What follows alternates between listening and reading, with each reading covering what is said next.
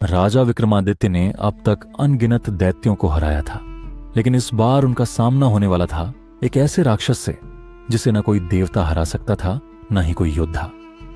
और उसे पराजित करने का एकमात्र उपाय था 3 रहस्यमय मंत्र, जो केवल त्याग, तपस्या और ज्ञान से प्राप्त किए जा सकते थे।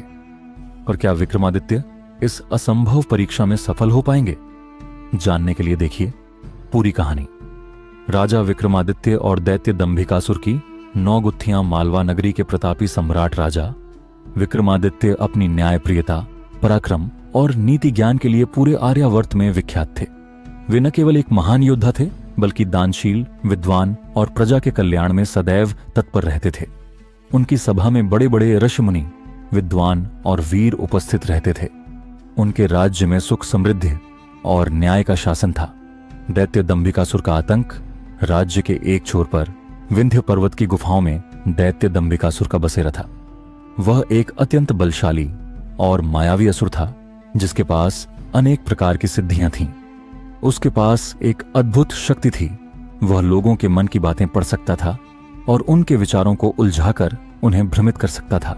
दंभिकासुर ने धीरे धीरे आसपास के कई राज्यों पर अपनी काली छाया डाल दी थी। वहां के राजा उसकी माया में फंसकर निर्णयहीन हो गए थे। उसकी सेना ने कई नगरों को लूट लिया था, परंतु जब दंभिकासुर की दृष्टि राजा विक्रमादित्य के राज्य पर पड़ी तो उसने उन्हें चुनौती देने का साहस किया। राजा को चुनौती एक दिन विक्रमादित्य की सभा में एक अजनबी व्यक्ति आया। वह साधारण वेश में था, परंतु उसकी आंखों में एक विचित्र चमक थी। उसने राजा को प्रणाम किया और बोला, हे राजन, मैं एक संदेश लेकर आया हूं। दंभिकासुर आपको चुनौती देता है। यदि आप में बल और बुद्धि है तो उसकी 9 गुत्थियों को सुलझाइए। यदि आप हार गए तो आपका राज्य उसका हो जाएगा। यदि आप जीत गए तो वह आपका दास बन जाएगा। सभा में सन्नाटा छा गया। यह प्रस्ताव सुनकर सभी मंत्री और सेनापति चकित रह गए। दंभिकासुर की मायावी शक्ति से सब परिचित थे, परंतु राजा विक्रमादित्य मुस्कुराए और बोले, दैत्य, चाहे जितना भी मायावी हो, सत्य और धर्म की विजय सदैव होती है। मैं उसकी चुनौती स्वीकार करता हूं। प्रथम गुत्थी। सत्य और माया राजा विक्रमादित्य अपने घोड़े पर सवार होकर विंध्य पर्वत की ओर चल पड़े। वह अकेले ही दंभिकासुर की गुफा तक पहुंचे। दंभिकासुर ने उन्हें देखकर उपहास किया और कहा, हे राजा, तुम पहले ही गुत्थी में उलझ जाओगे। अब बताओ, सत्य और माया में क्या अंतर है? विक्रमादित्य ने शांत स्वर में उत्तर दिया, सत्य शाश्वत और अमिट होता है, माया क्षणिक होती है। सत्य वह है जो काल के प्रभाव से अचल रहता है, जबकि माया भटकाती है, मोह उत्पन्न करती है। दैत्य ने क्रोधित होकर कहा, सही उत्तर दिया, लेकिन अगली गुत्थी के लिए तैयार रहो। द्वितीय गुत्थी, जीवन का उद्देश्य। दंभिकासुर ने पूछा, राजा, यह बताओ कि मनुष्य का जीवन क्यों दिया गया है? इसका अंतिम उद्देश्य क्या है? विक्रमादित्य ने उत्तर दिया, मनुष्य का जीवन धर्म, सत्य और परोपकार के लिए दिया गया है। उसका उद्देश्य आत्मोन्नति, सेवा और ज्ञान प्राप्ति है। सांसारिक सुख क्षणिक हैं, परंतु आत्मा का कल्याण ही वास्तविक उद्देश्य है। दैत्य ने मुट्ठी भींची। वह विक्रमादित्य की बुद्धि से प्रभावित था, पर हार मानने को तैयार नहीं था। तृतीय गुत्थी, मोह और ममता में भेद। अगली गुत्थी में दंभिकासुर ने पूछा, राजा, मोह और ममता में क्या अंतर है? विक्रमादित्य ने उत्तर दिया, ममता प्रेम का रूप है, जिसमें शुद्ध भावनाएं होती हैं। यह त्याग का प्रतीक है, जबकि मोह अज्ञान का रूप है, जो व्यक्ति को सत्य से दूर कर देता है। मोह में स्वार्थ छिपा होता है, जबकि ममता में निस्वार्थता होती है। दैत्य ने अपनी जादुई शक्ति से एक माया का खेल रचा। उसने राजा के सामने उनके माता पिता की छवि प्रस्तुत की और कहा, क्या तुम मोह को छोड़ सकते हो? राजा विक्रमादित्य ने आंखें बंद की और धैर्यपूर्वक कहा, मैं ममता में बंधा हूं, मोह में नहीं। ममता मेरा धर्म है, मोह मेरा भ्रम। दैत्य क्रोधित हुआ, पर राजा की बुद्धि को चुनौती देना कठिन होता जा रहा था। शक्ति और ज्ञान में क्या श्रेष्ठ है? विक्रमादित्य ने उत्तर दिया, ज्ञान शक्ति को भी नियंत्रित करता है। बल बिना ज्ञान के विनाश का कारण बन जाता है। ज्ञान दिशा देता है, जबकि शक्ति केवल माध्यम है। ज्ञान सदैव श्रेष्ठ है। दैत्य ने क्रोध में आकर आकाश में अग्निवर्षा की, परंतु विक्रमादित्य स्थिर खड़े रहे। उनकी शांति ने दैत्य को निरुत्तर कर दिया। पंचम गुत्थी, समय और भाग्य का खेल। दैत्य ने एक नई गुत्थी पूछी। राजा, समय और भाग्य में कौन अधिक बलवान है? विक्रमादित्य ने कहा, समय ही भाग्य का निर्माण करता है। मनुष्य अपने कर्म से भाग्य को बदल सकता है, परंतु समय को कोई नहीं रोक सकता, इसलिए समय अधिक बलवान है। दैत्य ने आकाश में घड़ी की माया रची, जहां समय उल्टा चलने लगा, पर राजा विचलित नहीं हुए। उन्होंने कहा, समय का उल्टा चलना भी एक भ्रम है, सत्य तो वही है जो शाश्वत है। दैत्य झुंझला उठा, लेकिन अभी भी हार मानने को तैयार नहीं था। विक्रमादित्य ने अब तक दंभिकासुर की 5 गुत्थियों को धैर्य और बुद्धि से सुलझा लिया था। हर गुत्थी के साथ दंभिकासुर का क्रोध और चंचलता बढ़ती जा रही थी। उसकी मायावी शक्तियां भी राजा के विवेक के सामने फीकी पड़ने लगी थीं। षष्ठ गुत्थी, प्रेम और त्याग का स्वरूप। दैत्य ने एक गहरी सांस ली और अगली गुत्थी रखी। राजा, प्रेम और त्याग में क्या भेद है? विक्रमादित्य ने शांत स्वर में उत्तर दिया, प्रेम में त्याग निहित होता है, जबकि त्याग में प्रेम नहीं हो यह आवश्यक नहीं। सच्चा प्रेम स्वार्थहीन होता है और उसमें त्याग का भाव स्वतः आ जाता है, परंतु त्याग कभी कभी अहंकार या दिखावे का भी हो सकता है। अतः प्रेम में त्याग श्रेष्ठ होता है, क्योंकि वह निश्चल और स्वाभाविक होता है। दैत्य मुस्कुराया। उसने अपनी माया से एक दृश्य रचा। सामने एक युगल खड़ा था, एक युवक और उसकी प्रेयसी। युवक एक विषपान करने को तत्पर था और युवती उसे रोक रही थी। दंभिकासुर ने राजा से पूछा, बताओ, कौन अधिक प्रेम करता है, वह जो विष पी रहा है या वह जो उसे रोक रही है? विक्रमादित्य ने उत्तर दिया, सच्चा प्रेम दोनों में है। युवक का प्रेम उसे त्याग के लिए प्रेरित कर रहा है, जबकि युवती का प्रेम उसे बचाने का प्रयास कर रहा है। त्याग और संरक्षण दोनों प्रेम के ही रूप हैं। दैत्य हतप्रभ हो गया। राजा की विवेकशीलता ने उसकी माया को निरर्थक कर दिया। सप्तम गुत्थी, मृत्यु और अमृत्व का रहस्य। अब दंभिकासुर ने एक और कठिन गुत्थी रखी। राजा, क्या मृत्यु से बचा जा सकता है? अमृत्व का रहस्य क्या है? विक्रमादित्य ने बिना देर किए उत्तर दिया, शरीर नश्वर है पर आत्मा अमर है। जो व्यक्ति अपनी देह को ही अस्तित्व मानता है वह मृत्यु से भयभीत रहता है, परंतु जो आत्मा को जान लेता है वह अमर हो जाता है। सच्चा अमृत्व सत्य, धर्म और ज्ञान में है। दैत्य ने एक बार फिर अपनी माया का प्रयोग किया। उसने राजा के सामने एक दृश्य रखा। एक राजा मृत्युशैया पर पड़ा था और आरष्य उसे अमृत्व का वरदान दे रहे थे। दंभिकासुर ने पूछा, यदि अमृत्व संभव नहीं तो इस राजा को वरदान कैसे प्राप्त हो रहा है? विक्रमादित्य ने उत्तर दिया, दैत्य, आर्षि उसे आत्मज्ञान दे रहे हैं, जिससे वह मृत्यु का भय त्याग रहा है। यह देह को अमर करने का वरदान नहीं, बल्कि मृत्यु के बंधन से मुक्त होने का ज्ञान है। दैत्य क्रोध से कांप उठा। वह राजा को भ्रमित करने में असमर्थ हो रहा था।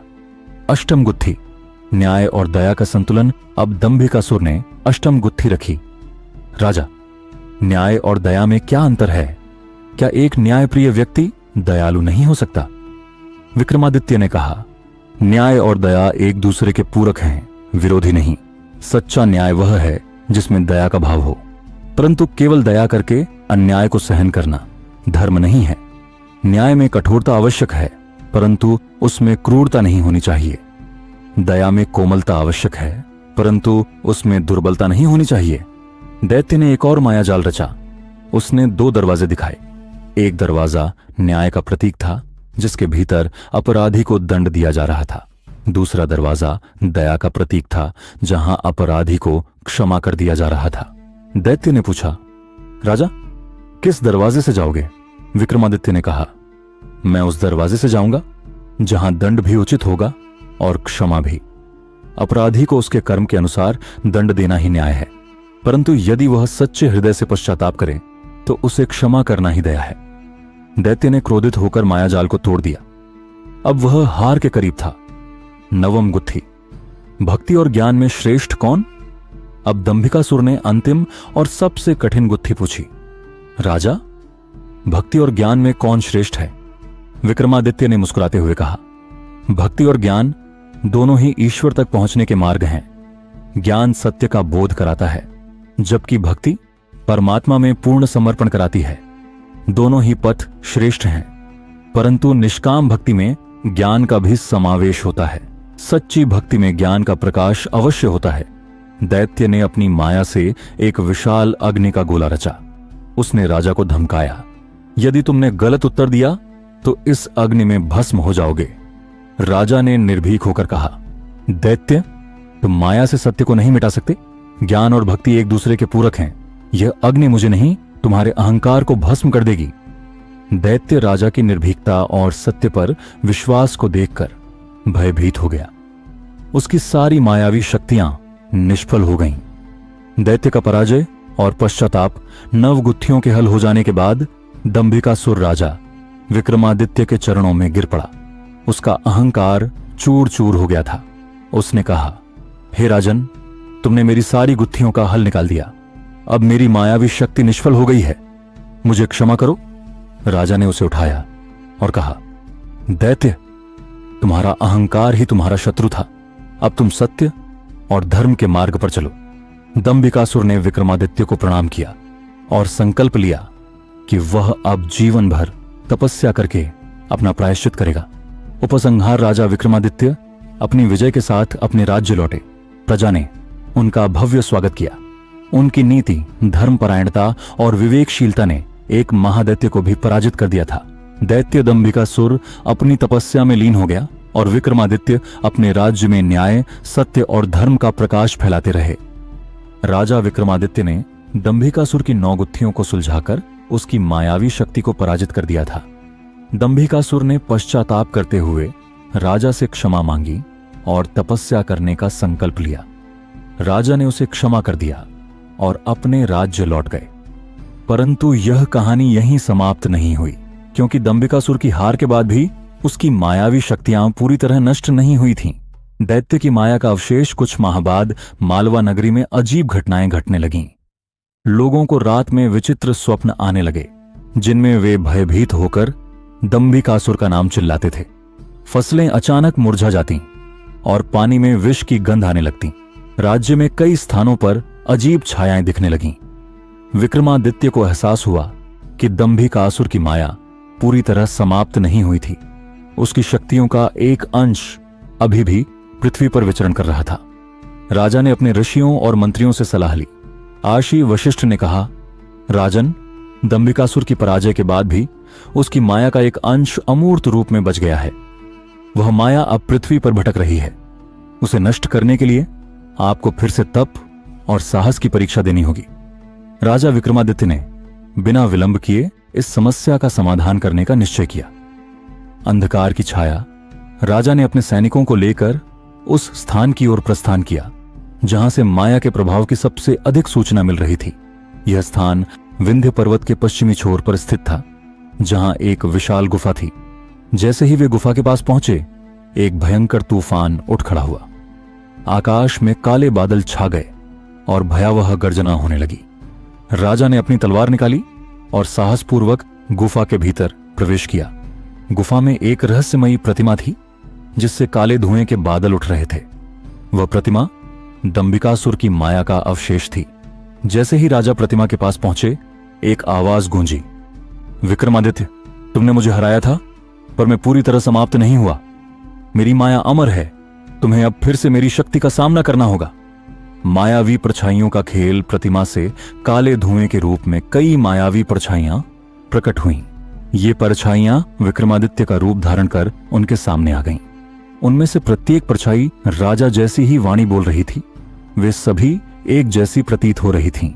परछाइयों ने एक स्वर में कहा, हे राजन, हम सब तुम्हारे प्रतिबिंब हैं। यदि तुम हम में से असली को पहचान सको तो तुम्हारी विजय होगी। यदि असली को न पहचान पाए तो तुम हमेशा इस गुफा में कैद रहोगे। यह विक्रमादित्य के लिए कठिन परीक्षा थी। उन्होंने ध्यानपूर्वक सभी परछाइयों को देखा। सभी का स्वर और रूप एक जैसा था, परंतु राजा का मन विचलित नहीं हुआ। उन्होंने अपनी तलवार म्यान में रखी और अपनी आंखें बंद कर लीं। कुछ क्षण ध्यान में रहने के बाद उन्होंने अपनी आंखें खोलीं और एक परछाई की ओर संकेत कर कहा, तुम असली नहीं हो, क्योंकि तुम में छाया है। मेरा स्वरूप सूर्य का प्रतीक है, जिसमें छाया नहीं होती। परछाई एक विकराल राक्षस में बदल गई और गर्जना करते हुए विलीन हो गई। राजा ने धैर्य और बुद्धि से उस मायावी छलावे को पराजित कर दिया। माया का अंतिम रूप राजा आगे बढ़े तो प्रतिमा के पास एक रहस्यमयी कुआं दिखाई दिया। कुएं में एक अद्भुत रत्न चमक रहा था, जिससे चारों ओर प्रकाश फैल रहा था। महर्षि वशिष्ठ के अनुसार यही रत्न दंबिकासुर की बची हुई माया का स्रोत था। जैसे ही राजा ने रत्न को स्पर्श किया, एक प्रचंड अग्निज्वाला निकली और सामने दंबिकासुर का मायावी स्वरूप प्रकट हुआ। वह बोला, हे विक्रमादित्य, तुम मुझे पराजित कर चुके थे, फिर भी मैं माया के रूप में बच गया। यदि तुमने मुझे इस बार हराया तो मैं सदा के लिए समाप्त हो जाऊंगा। ज्ञान, साहस और तप का संगम दैत्य ने राजा को भ्रमित करने के लिए एक और माया जाल रचा। उसने उनके सामने 3 द्वार प्रस्तुत किए। 1, सुख का द्वार, जिसमें स्वर्ण, रत्न और वैभव का आकर्षण था। 2, सामर्थ्य का द्वार, जिसमें अपार बलशाली अस्त्र शस्त्र थे। 3, ज्ञान का द्वार, जहां एक साधु तपस्या में लीन था। दैत्य ने कहा, इन 3 द्वारों में से एक चुनो। यदि सही द्वार चुना तो तुम विजयी होंगे, अन्यथा तुम्हें सदा के लिए मेरी माया में बंधना होगा। विक्रमादित्य ने बिना एक क्षण गंवाए ज्ञान का द्वार चुना। उन्होंने साधु के चरण स्पर्श किए। साधु ने आशीर्वाद दिया और कहा, राजन, सत्य और ज्ञान के मार्ग पर चलने वाला व्यक्ति कभी पराजित नहीं होता। तुमने सही मार्ग चुना है। अब यह माया नष्ट हो जाएगी। साधु के आशीर्वाद से वह रत्न भस्म हो गया और दंबिकासुर की शेष माया हमेशा के लिए समाप्त हो गई। वापसी और प्रजा की जय जयकार। राजा विक्रमादित्य उस गुफा से बाहर आए। उनकी विजय की खबर पूरे राज्य में फैल गई। प्रजा ने उनका भव्य स्वागत किया। नगर में दीप जलाए गए और उत्सव मनाया गया। राजा ने अपने राज्य में धर्म, न्याय और सत्य का शासन स्थापित किया। उनकी नीति, धैर्य और ज्ञान के बल पर माया और असत्य का अंत हो गया था। कहानी का अंत नहीं, यह गाथा यहीं समाप्त नहीं होती। राजा विक्रमादित्य के जीवन में आगे और भी अद्भुत परीक्षाएं और साहसिक कारनामे घटित होने वाले थे, जहां वे पुनः अपनी बुद्धि, पराक्रम और धर्म के बल पर अजेय बने रहेंगे। राजा विक्रमादित्य ने अपनी अद्भुत नीति, साहस और ज्ञान के बल पर दंबिकासुर की मायावी शक्ति को पराजित कर दिया था। उसका मायाजाल पूरी तरह नष्ट हो गया था और राज्य में पुनः सुख शांति स्थापित हो गई थी। परंतु विक्रमादित्य की यह यात्रा यहीं समाप्त नहीं हुई, क्योंकि नियति ने उनके लिए नए परीक्षण रच रखे थे। अशुभ संकेत और ऋषियों की भविष्यवाणी। एक दिन राजा अपने दरबार में थे, तभी एक संदेशवाहक ने आकर सूचना दी, महाराज, राज्य के पश्चिमी छोर पर स्थित वन में रहस्यमयी घटनाएं हो रही हैं।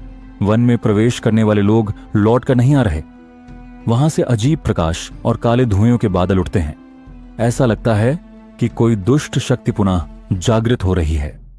राजा को यह सुनकर आश्चर्य हुआ।